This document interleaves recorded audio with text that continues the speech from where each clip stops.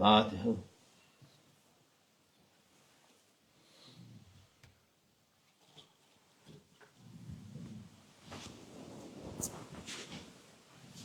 Selamun Aleyküm. Euzubillahimineşşeytanirracim. Bismillahirrahmanirrahim. Ve salatu vesselamu ala Resulina Muhammedin sallallahu aleyhi ve sellem. Meded ya Resul, meded ya Sadat Asaf, meded ya Şerif Destur.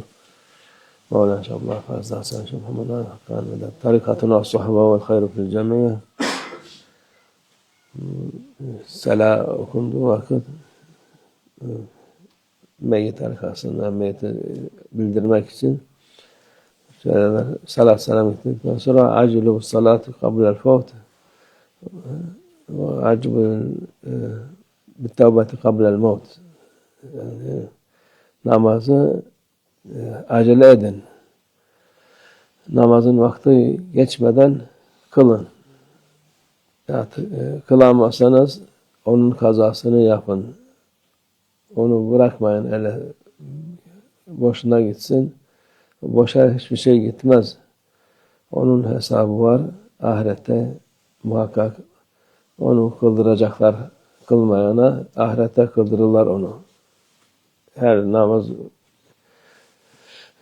80 sene olarak kılınır. Burada 80 sene zaten bütün hayatı insanı 80 sene. Kılmazsa kendi bilir, ahirette kılabilir. O da binlerce sene hiç kılmadıysa ahiret muhakkak hesabı sorulacak. İkincisi acabül tevbeti kablel mevt. Ölmeden önce tövbe edin.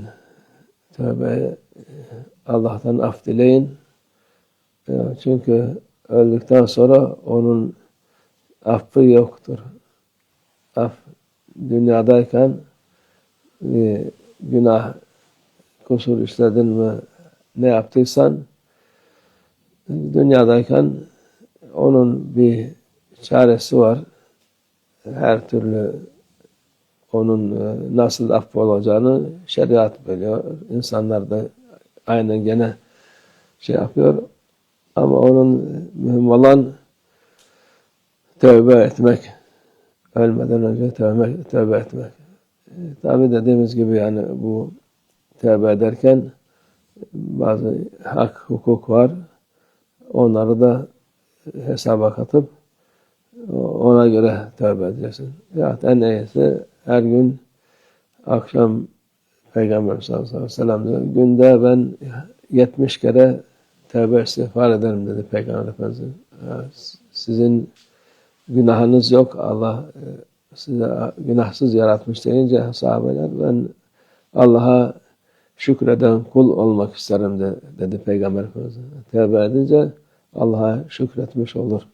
Onun için devamlı bu tevbe istiğfar etmek lazım her gün. Günahlarımız ne varsa ahirete kalmasın. Öldükten sonra bizden boynumuzda bir şey kalmasın diye. Onun için o tevbe mühimdir. Namaz gibi tevbe de çok mühimdir. O insanlar artık hiçbir şey olmayacak gibi zannediyorlar. Her türlü kötülüğü, pisliği yapıyorlar. Ondan sonra kurtulduk zannediyorlar. Hiç kurtulacak, tevbe etmeden kurtulmaz.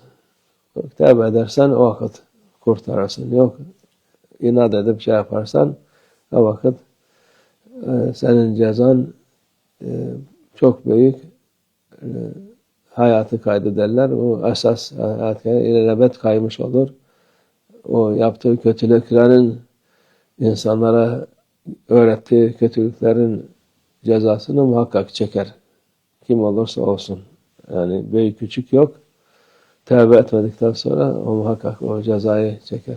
Onun için Allah bizi affetsin. Tevbe, estağfurullah diyoruz. Ve minallah tevfik. El Fatiha.